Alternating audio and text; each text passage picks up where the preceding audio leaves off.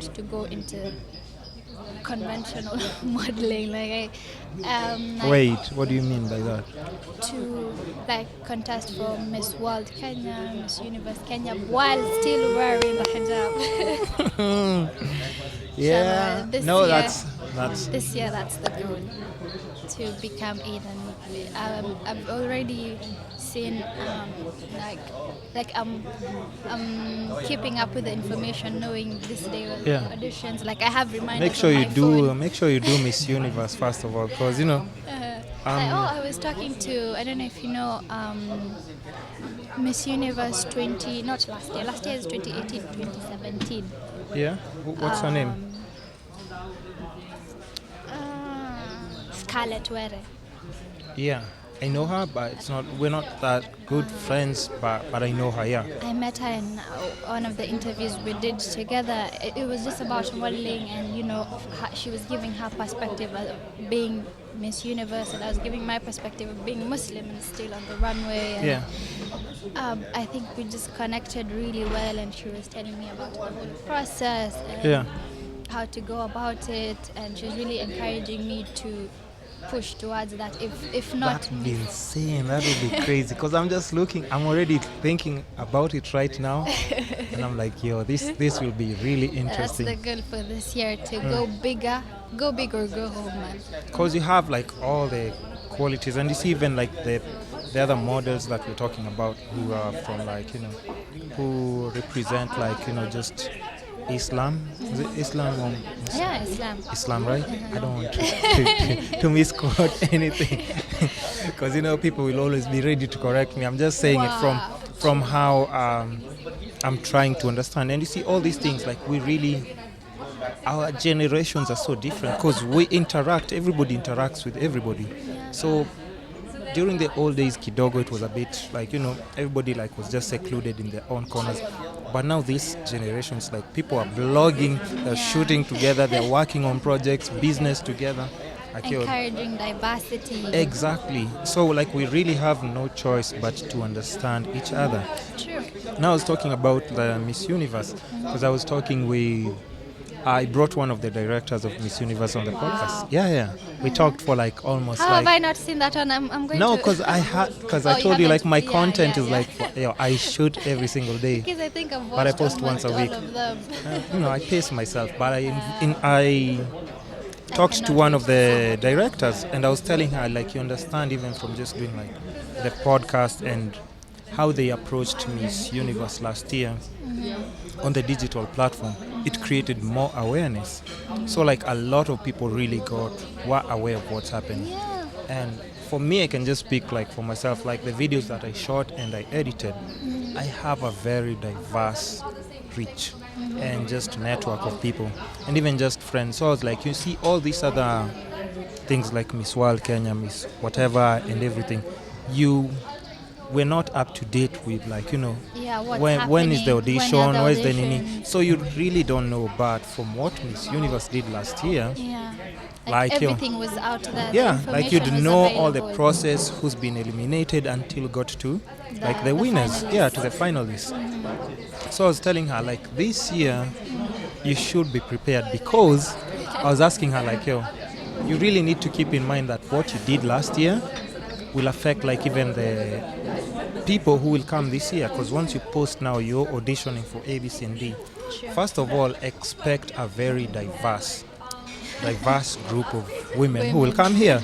So if you're not prepared to handle all these different needs, because I was look at what happened in Miss World Kenya. See, it's an Indian lady who was selected, right? So I was asking her, just hypothetically, think about it. If you ended up selecting Indian lady, which she qualifies, it's not you favored her. Yeah. And let's say for Miss Universe, you ended up selecting again another Indian lady, which, because she deserves it. It's not you're being biased or anything. Yeah, true. I was telling her but I was telling her, bleaching cream is going to run out of people will run out of bleaching cream in this country. Because I was asking her, because does it affect, because if you do select her as well, even though she has the qualifications and everything. Yeah. What impact will it have on Other girls, Yeah. because they'd be like, okay, Miss World Kenya, she's been selected and she's light she skinned. looks like this? Yeah. So I have to look like her. Yeah, to or be- even let's say for this year you show up, and then they're like, okay, so now we have to give it to Ikran because she qualifies. She has everything that we want, and she's just going to represent us in a very good. Because there are so many things that come to play. Plus, they'd be thinking like, okay, so let's think about it this way. She has all the qualifications and everything, but there's also What's something. No, there's also something very outstanding about her. So if we choose her and put her in an international platform, come on, definitely. the impact. The impact that it will have. Because first of all, even if they just do like the camera pans across the models, they'll be like, okay, Sawa, we know all these other models, but who is that? She's Who is different. that? Yeah, she's different. Who is that? So you see, I was just asking her like, all these things can come to play, and how would you handle it? Because even for her, she was like, we really haven't thought about it that way. Wow. But I told her like, you need to, because now if you advertise like on social media and just what you did last year, like just be sure the people who will come this year. I was like, what if Very like diverse. 5 white models show up? Yeah. Like you're like already if you're she's like qualified, she's qualified. yeah. I'm just saying like you have to think about it, because I was talking about so many other things that will come into play. Yeah, it's not even just about just The looks walk anymore. Or the looks, or It's just like even the person, because you'd find like you'd have like some models who are really good, really, really good, but maybe their upbringing affects like just how they conduct themselves and just their morals and all those other things that might. This person represents the whole country. Yeah. So it's she's not carrying all this weight. Yeah. And if it's someone who is not maybe morally upright, or like Kenya can get. Yes. So all these things come to play, but now the diversity is where it's gonna be tricky for when they're selecting. They'll be like, okay, we didn't expect Somali girls to be in this. How do we handle this? Okay, and then we also didn't expect like other Indian girls. That's why like I have to bring like a finale so that I can talk to her, because then again you can be selected and then win. And then here goes Kenyans again, like, come on. She's not Kenyan. Yeah. But I feel like as long as you're born and raised in Kenya, I was born and raised here. My parents were born and raised here. My grandparents were born and raised here. So my roots are in Kenya. Come on, you're Kenyan. Okay. Yeah, it's still in the same neighborhood. You're Kenyan. But I'm just saying, you see, like, you know a how lot Kenyans that on goes Twitter, into play. like just react, and there's so many things. And even for you, you might be selected, and then just from the backlash that you get maybe online, you're like, am I doing the right thing? Yeah, is this really what I signed up for?